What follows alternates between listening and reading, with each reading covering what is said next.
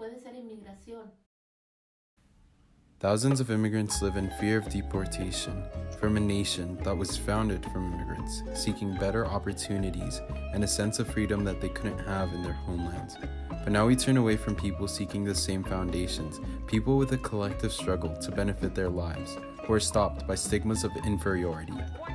And meanwhile, the California Democrats are so tone deaf, they're arguing over what benefits we should extend to people who have no legal right to be in this state or country in the first place. As a California Forced to assimilate Their welfare, I pay for their ability to be here. The least they can do is welfare? and generalized through social matters They're bringing drugs, they're bringing crime, they're rapists. as well as health matters. Health issue too, because we don't know what people have coming in here. We have diseases in this country we haven't had for decades. These common portrayals create a national consciousness that makes us turn our backs at inhumanity and dehumanization, such as atrocious conditions in detention centers,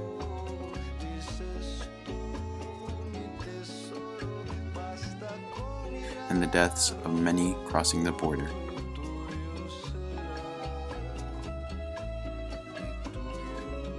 This leaves a moral and societal problem for the United States, started from the hostility between immigrants and the common population. But how did these hostilities modernize, and what did they commence?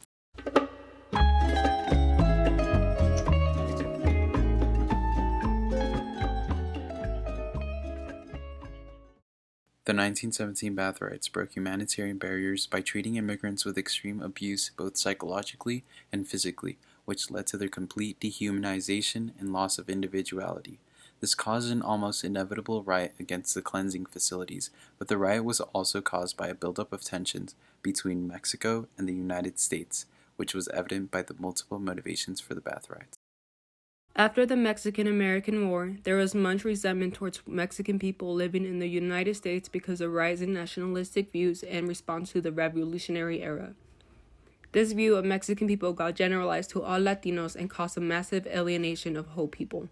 Latinos were banned from restaurants, theaters, and other public facilities, which gave white people a sense of sovereignty over them and a wide dismay for their humanitarian necessities. The majority white culture continued to utilize extra-legal violence against Mexicans as a means of asserting its sovereignty over the region. The sense of power the U.S. got after the war made some Texans believe they were superior to Mexico and Latinos in general due to their victory. Texas Rangers in specific displaced this newfound power into Latino immigrants because they were not only seen as a threat to national security but also white people's monopoly over the social class system.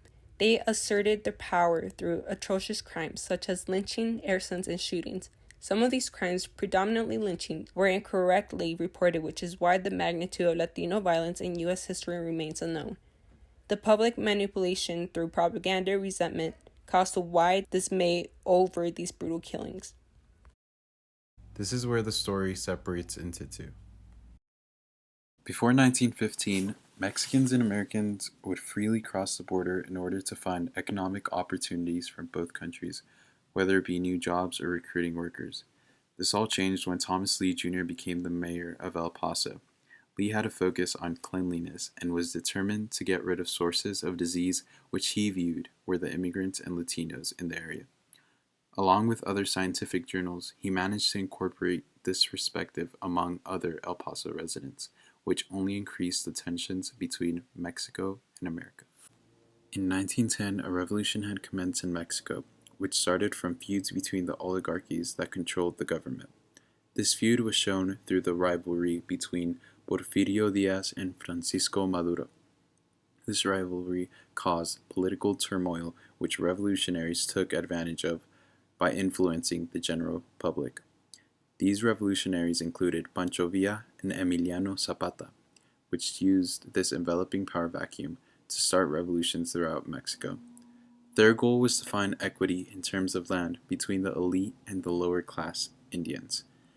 This ultimately led to Mexico emerging from a dictatorship to a democratic republic. These events were in the midst of World War I, in which nationalistic views were extreme and tensions were high. One incident in specific brought even more hostility between Mexico and the United States. which was the Zimmerman telegram, in which Germany sent a radio message to Mexico saying that Mexico should join the Triple Axis. This made the U.S. lose all trust in both of the countries. Mayor Thomas Lee was already concerned with the cleanliness of El Paso, but when he got the word of the various typhus cases in Mexico, he needed to take health matters into his own hands. He passed and created new policies that forced workers coming from Mexico to go through cleaning facilities. In these cleaning facilities, the dark, dehumanizing behaviors began. The experience of these cleaning facilities were horrible and something that workers had to go through almost daily. They were stripped naked, which violated their rights to privacy as well as a violation to the Fourth Amendment, but they were seen in such an inhumane light that their constitutional rights were not upheld. The process in these cleaning facilities was that you were stripped of your clothes, then fumigated, and finally put into a kerosene bath. In one facility, they set the kerosene on fire, and many immigrants died, but the response from society was not serious because of the large dismay of immigrants. The fumigations were the most dangerous part of the treatment because of the dangerous pesticides that they used to fumigate. They used pesticides such as DDT and cyanogen gas. These chemicals had lasting effects on immigrants, and because they were exposed almost every day, they led to harsh biological deterioration. If you're exposed to a bit of it, it can cause like sweating, nausea, vomiting, dizziness, or it can have more serious effects on the nervous system like tremors and even seizures. Women specific went through the most hardship since facilities employees would often take photographs of them naked and put them in local bars. This just shows how inhumane the facilities were not only to their workers as well as their communities. When they entered the plant and then they were told to strip, officers were taking their photos and then posting them in bars. So I can't even imagine the kind of feeling, like the feelings of violation and the feelings of, outrage. The bath riots started with a woman named Carmelita Torres, who refused to go to the cleaning facilities. She had heard of the humiliation that they had to go through and was done with just taking orders. She convinced the woman in her trolley to start rioting by throwing rocks at the border officials. There were many publications of the riot, led primarily by women, which allowed immigrants facing the same treatment to rise up. A lot of men joined the riot, but not for the same cause. Their cause was to help solve the injustices that the United States brought onto the Mexican Revolution by supporting Maduro's campaign. The bath riots were not directly a product of the injustices of the bath facilities, but a product of the tensions between Mexico and the United States. The riots caused the whole southern border to close and severely hurt the United States economy as well as their global view. The bath riots only lasted 3 days, but marked the start of U.S. and Mexico immigration relations because of the restrictions that commenced after the bath riots. The bath riots are a significant factor into the creation of our current immigration system.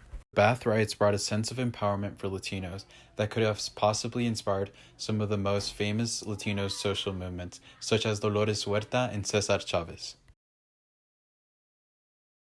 The 1917 bath riots broke humanitarian barriers because of public humiliation and the complete dehumanization of immigrants. Although there has been much progress made towards maintaining humanitarian barriers, we still fail as a nation to prevent dehumanization of Latino immigrants. Learning from our past mistakes through history is crucial to making progress. But what happens when we choose to ignore history, like in the case of the bath riots? It is important to reflect on the past because if we forget our mistakes, it will be detrimental. Like a child forgetting their mother.